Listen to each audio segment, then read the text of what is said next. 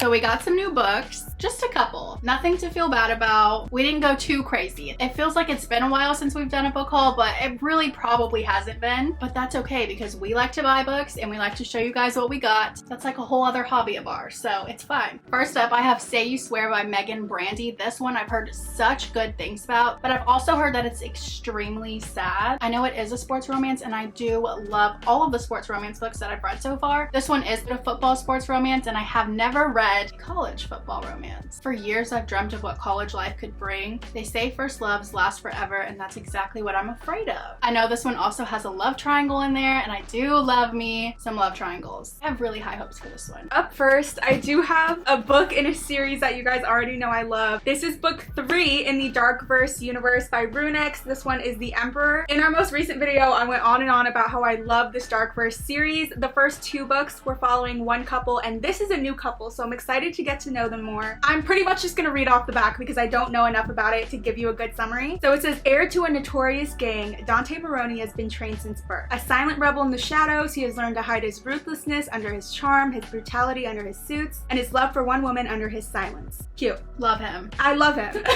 Dante discovers information that shatters his reality and forces him to trigger a lethal game. I'm interested. Daughter of the Moroni housekeeper, Amara has loved Dante for longer than she's known it. Amara has had a really dark past. I remember reading about both of these characters in the first 2 books, so I'm so ready to get to know their romance, but it says mysteries are unraveled, secrets are discovered, and their young love is transformed, replaced by deep intimacy, power, and survival. I am ready. You guys know that when I read Mafia romances, I need a solid plot line as well as a good romance. First 2 books, some of my favorite reads of the year, so I have such high hopes. There are 3 other books in this series, so after I finish this one, I will probably want to get the rest. But dark romances always tend to get me out of my reading slumps, and I feel like at the end of this month, I'm kind of getting slower and slower as it goes on, so I'm ready to pick this up soon. Next up, I have A Mile High, another sports romance. I remember we read the summary for this a while ago and it did sound really good. So we have Xander and Stevie, and Xander is a Chicago hockey player. He says, Chicago hockey isn't complete without me. I'm everyone's favorite player to hate. I know my role and I play it well. In fact, I thoroughly enjoy spending the majority of my game time in the penalty box before leaving the arena with a new girl on my arm each night.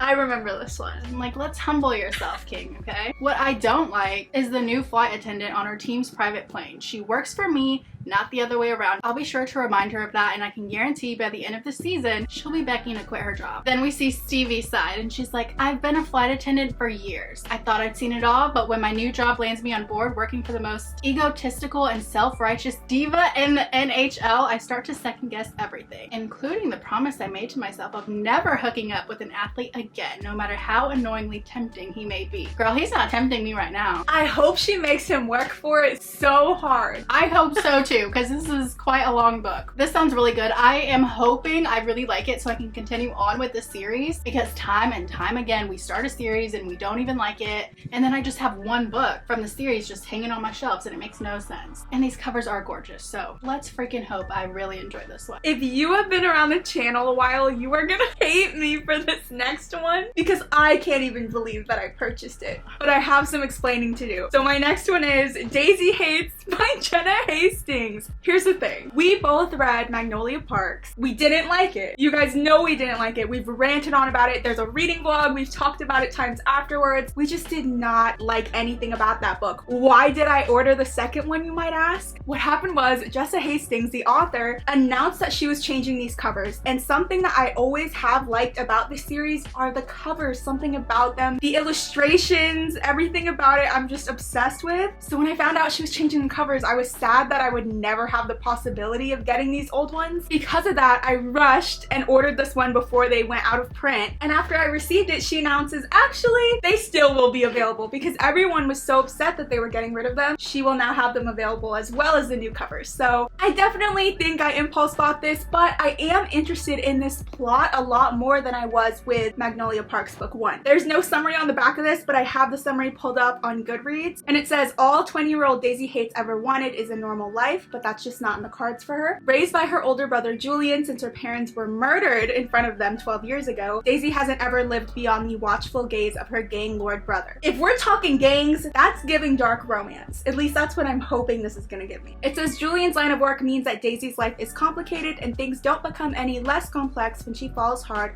for Christian Hems, the beautiful and emotionally unavailable boy she's been involved with for the last few months. We read Magnolia Parks so long ago that I don't really remember these characters. I vaguely remember Christian liking Magnolia, and that's pretty much it. So I'm interested to see how Daisy and him have been involved, I guess, in secret. We do remember both loving Julian's character in Magnolia Parks. Kind of wish this book was about him, but maybe his sister will be cool too. I will say I have high hopes for this book because everyone is obsessed with it. Maybe we just didn't like the tropes and plot of book one. Since this is a new couple, new plot, hopefully I love it. I have it now.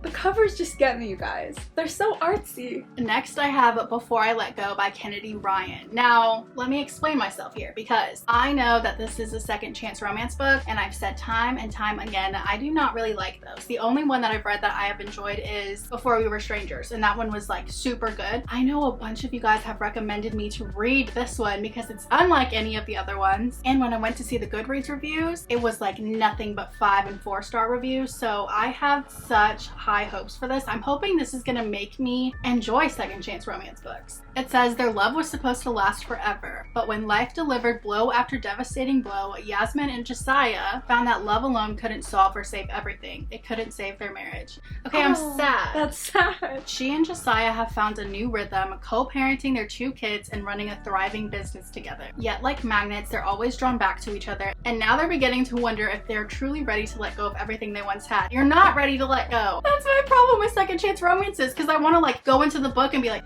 talk, communicate.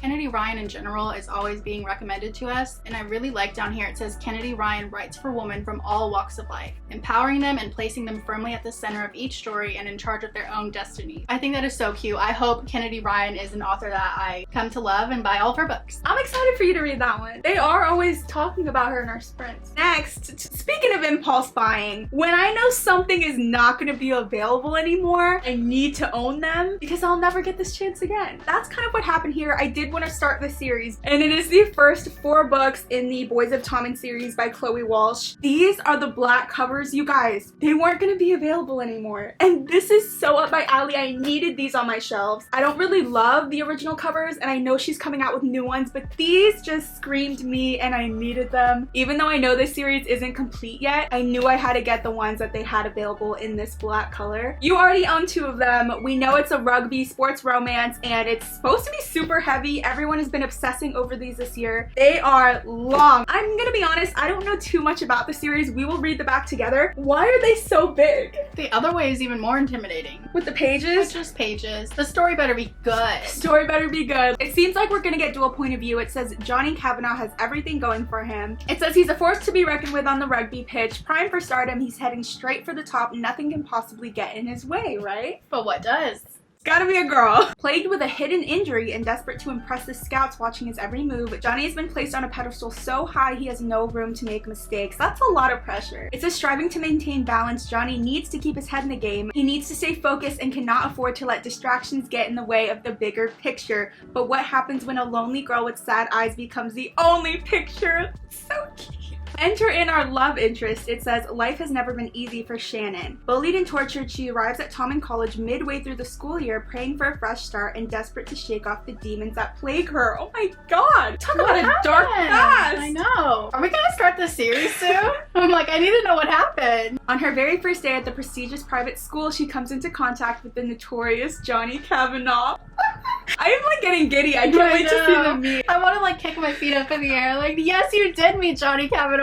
It says 2 teenagers from opposite sides of the tracks collide. Friendship, first love, rising fame, horrific secrets, and pain all fuel together in Binding 13. The first explosive installment of the brand new series from Chloe Walsh. This is gonna be crazy. The hype surrounding this series too, I feel like it's gonna be life-changing. I hope I'm not raising the bar too high for this, but it sounds good. You just got me like really excited all over again. Right? Like I put them back on my shelves, kind of forgot about them, but now I'm like, okay, wait, I think I'm ready. But I wanted to finish Addicted is the problem. See, that's the issue. We have so many series we're currently in. You guys let us know if you've read this series already. I needed these covers. I'm sorry. Next I have Love Theoretically by Allie Hazelwood. We both really loved The Love Hypothesis by Allie Hazelwood, which which honestly is very shocking. I guess just because it had so much hype around it, I thought we weren't going to like it, but that is probably one of my favorite romances I've read so far. So knowing how much we loved The Love Hypothesis, I knew I had to get her new book. Rival physicists collide in a vortex of academic feuds and fake dating shenanigans in this delightfully STEMinist rom-com. So we're following Elsie. It says by day she is a professor, and by other day Elsie makes up for her non-existent paycheck by offering her services as a fake girlfriend, tapping into her expertly honored people-pleasing skills to embody whichever version of herself the client needs. Okay, love that. I like that. She's like, I'm gonna do this as a whole job. Honestly, it's a pretty sweet gig until her carefully constructed Elsie-verse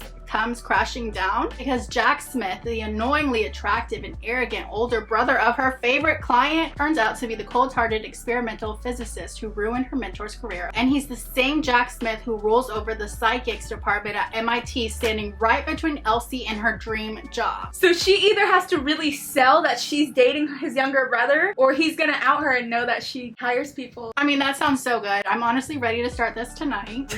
Tonight, right now. I like it right here. It says Hazelwood is an absolute romance powerhouse by Christina Lauren. Okay. I'm sure it's gonna be really good. I can't wait to read another Allie Hazelwood book. That sounds so good. It That does. sounds better than Love on the Brain. It does, yeah. Because Love on the Brain is just like copy paste of Adam and Olive. I think that's why I haven't read it yet. Yeah, and this sounds like a unique, fresh little plot line. Ooh, I'm excited. So that is all of our books, you guys. I mean, these are solid. I hope we love these. I hope these are some of our favorite new additions to our bookshelves. Let us know if you've read any of these and your thoughts on them. Since we are nearing the end of the month, we will need a new book club book for August, so we are gonna host a poll over on the Fable app asking you guys what genre you want to read for next month, and then after you guys vote on a genre, we will put out another poll with the book choices. If you're not already a part of our book club, make sure to join. That link is always in the description. A lot of you guys have also been asking us when the July reading sprint is gonna be, and we have that planned for Sunday, July 30th. So that's next Sunday. It just happens to be the last Sunday of the month. We always are so late with the reading sprints, but we're so ready to get on there with you guys, read, and just chat about bookish things. So make sure to keep an eye out for that. We will post more information later. That's gonna be it for today's video. Thank you guys so much for watching. Make sure to like and subscribe if you haven't already, and we will see you next time.